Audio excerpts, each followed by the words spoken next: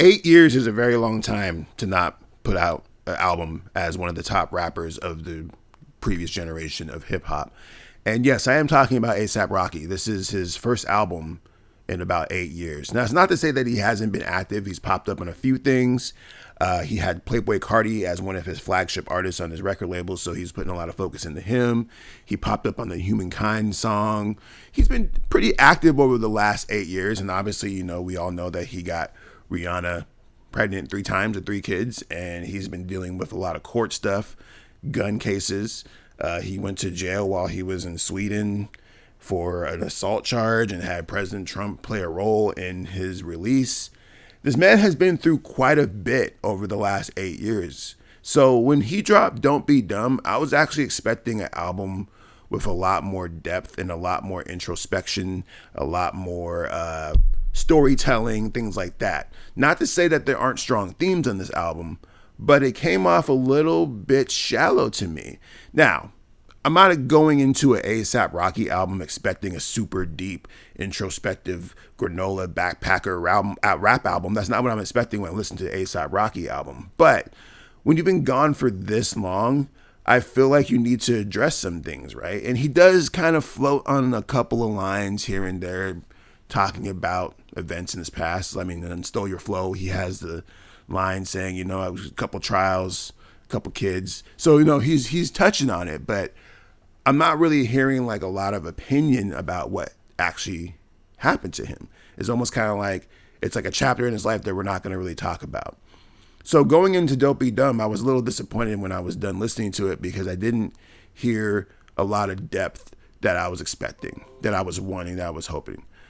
With that said, the album is actually extremely enjoyable, and ASAP Rocky does take some creative risk on this album.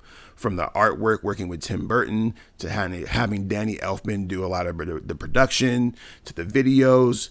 ASAP Rocky put his foot on this album, and it's really an enjoyable experience overall because I like ASAP Rocky quite a bit. He's one of my favorite rappers of the previous generation, and when I say previous generation, I'm talking about like the Drakes and the Kendricks and the Wale's and the J. Cole's. Like, they're all kind of the same generation, and ASAP Rocky was included in that generation, and I'm a big fan of him. It's probably actually one of my favorite rappers all around. So I was really rooting for him on this album, and I think he does a good job of reminding us who he is. Like, yes, this is ASAP Rocky, and there's a particular flow and a particular sound that you're going to get on this album, and he does that. But then he also takes a couple of creative risks, too, like on songs like Black DeMarco, Punk Rocky, the song with Doechii that's like a jazz song where they're just rapping over jazz beats. Robbery is what it's called. There's some creative risks here that I appreciate as an artist, where I like to take creative risk in my music as well. So I think that this album does a couple different things. It's appeasing to the hardcore ASAP Rocky fans that are like, yo, we just need something from you. And then it's also trying to appeal to a new generation of people who are just into more weird music. Because the thing about it, 8 years in hip hop is a very long time. I don't think you guys understand how long that is in hip hop. That's like a generation or two of hip hop artists coming and going since ASAP Rocky has hit the platform with new music. And so when I think about like teenagers right now and young adults who are consuming hip hop, they're not necessarily checking for ASAP Rocky as much as they are other rappers like Playboy Carti, which, Playboy Carti is signed to ASAP Rocky. I'm not sure if a lot of people even knew this. I just actually realized this not too long ago. So ASAP Rocky has been like kind of on the outside tier of being relevant because he does play big festivals like, Tyler the Creator's Festival and other big shows. So he's been relevant, but he hasn't given us like the massive hit singles that like warrant his legacy, I guess. Keep in mind, I'm a massive ASAP Rocky fan. Like, I love all his albums. I think his last 3 albums are actually 3 of my favorite albums to come out in the last, 15 years or so, like in the hip-hop sense. And this album is actually one of them, too, because the more that I listen to it, the more I actually get from it. And so when I actually look at the track listing, like songs like Stole Your Flow, Helicopter, Order of Protection, they all have that signature ASAP Rocky sound with some really cool beats. Like, the production on Stole Your Flow is actually hard. It's hard. Like, the synthesizers are very, very hard. I rock with it. But then you have songs like like I said earlier, like Punk Rocky, which is like a straight up rock song. And then you have Robbery with Doechii, which is like a straight up jazz song. And then you have Black DeMarco, which is like this abstract kind of EDM-ish kind of flow. And they almost work. I think the biggest issue that I have with this album overall is that he does present this massive theme with these different alter egos. And then you have Tim Burton doing the artwork. And you have all these elements. But I still am not quite exactly sure what the story is. With that said, there's plenty more to come. A$AP Rocky's still dropping music on this album. He just put out, I believe, 2 new songs at the time of me making this video. That's Flaquito Jody and I Spoke My Brain Away. And these are on the album right now. So he's updating the album as time goes on, which I think is a brilliant move. In 2026, like trying to keep people's attention span and trying to have these rollouts go for like a certain period of time, like you got to keep them going. So adding more tracks to the album is pretty dope. And people are talking about a whole second disc. So if we continue to just get songs for the rest of the year, I would actually really appreciate that. Because at the end of the day, I think with A$AP Rocky, it comes down to the fact that like when you compare him to like his peers, like the Tyler, the Creators, or even like the Drakes or the Kendricks, or et cetera, so forth, like they're just doing a lot more right now, right? Like A$AP Rocky took a lot of time off, right? And in the meantime, you have Tyler, the Creator, you know, winning Grammys and dropping amazing albums since then. Kendrick Lamar doing like stadium status tours, beefing with Drake. Drake's doing all kinds of crazy crap. Like they've done a lot while A$AP Rocky has been gone. And so I would really, really appreciate it if he just takes over the whole year and just gives us constant content. Just if he just drops a song every week from here on out, it would work. Especially if he has a couple of bangers in the cut, right? Like maybe he does have a song with Rihanna. Maybe he does have a song with Tyler, the Creator, more than one, because there's already one on the album. I think that A$AP Rocky basically has a lot of catching up to do. He says so himself in an interview that he did. I think it was the Ebro interview where he was like, you know, I know I've been gone the last 8 years, so I got to do what I got to do. So I think he understands too that he may be just kind of trying to flood the streets for the rest of the year. But going back to the quality of the album, I appreciate this album. Is it my favorite A$AP Rocky album? I would say no, because there's no song on the album that 100% smacks me in the face. Every single album previously, there's at least one song that just like blows my mind. For the most part, every song on here is solid.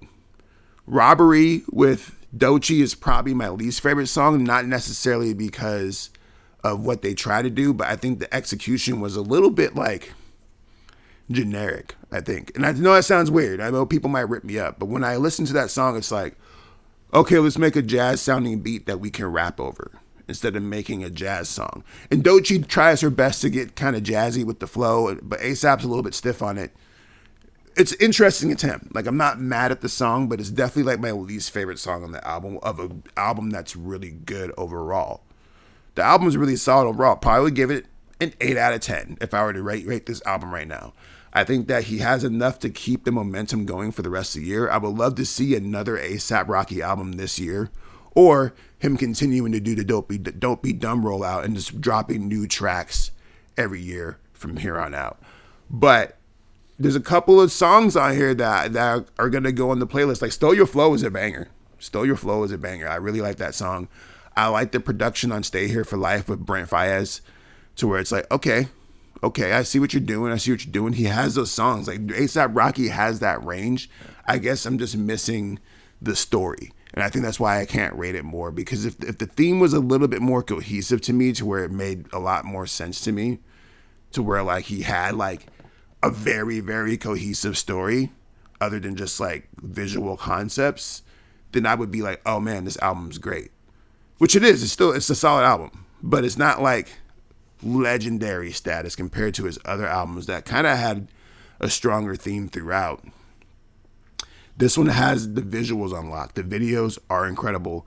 Just like always, A$AP Rocky always has probably the best visuals in hip hop, like period. 9 times out of 10 when A$AP Rocky drops a video, it's going to be something that is game changing or just like mind blowing in terms of the actual visual presentation. And these videos, everything that he's dropped has been incredible. The video that he did with Black DeMarco For Black DeMarco featured Tim Burton himself in the video as he uses the little animations that are featured on the cover and throughout the rollout in the video. It's really, really good. And the video for Helicopter is super sick. People are calling it AI, and he's like, nah, bro, it's not AI. We did like this 4D scanning technique and used this call. And it's really dope because he always pushes the limit in that sense. Now, people are trying to hit me up on Threads right now because I made a post, and I'll maybe post it right here, talking about his tour because he's going on an arena tour, 45 dates. And I'm actually worried about him filling seats. And it's not because I'm an A$AP Rocky hater. I'm just looking at like the state of music right now, right? Like, I don't know how many people are going to pay $100+ for an A$AP Rocky ticket. I mean, I know a few people who will because a lot of people hit me up in my comments saying, oh yeah, you know, whatever. But he hasn't even announced the prices yet. And I think the price point is going to be critical here because tickets are getting expensive, man. I don't know if you guys are paying attention to what's going on here in the country. There's a lot of crazy crap happening in the world right now. So it's like, I hope that A$AP Rocky is aware of that. And what's interesting about this is that he's taking a long time to announce the openers and then also the prices. I think that's on purpose to build hype about this because with the right openers and the price point, he will sell out the arenas. But if it's too expensive and the openers aren't quite hitting, he might have a little bit of struggle there. A lot of people are trying to disagree with me on Threads. That's fine. You can follow me on Threads and go argue with me on there if you want. This video is not about that. We're talking about A$AP Rockington's albums. But yeah, overall, very strong effort. I think this is almost like a reintroduction to a new generation of people. And he brought a lot of people with him. Like he's got like Tyler the Creator on here. He's got Gorillaz on here. I already mentioned Brett Faiyaz. He's got Tyler. I already said Tyler the Creator. He's got Hit Boy on here, Thundercat. He's got T- on production. He's got will.i.am. He's got Westside Gun. He's got Winona Ryder in the video. He's got Tim Burton. He's got Danny Elfman. He's got a lot of new cats too. Like he's doing a lot on this album. I think the effort is very, very appreciated. As an artist myself, I really appreciate what he's trying to do on the album. And I think it's fair for me to not like every single song on the album. Like, if you're going to take creative risk and throw those Hail Marys and try to do something creative, then you have to expect some people just not to vibe with some of it, especially on the level that he's operating at. This is how it is. And I appreciate the risk that he's taking on those songs in terms of sonically. Now, lyrically, I wish there was a little bit more. I wish we could have dissected the last 8 years a little bit more and maybe took a look into his growth into being a father, his growth into being this businessman and fashion icon and actor and all this stuff. Like, we're not really hearing any of that on most of the album.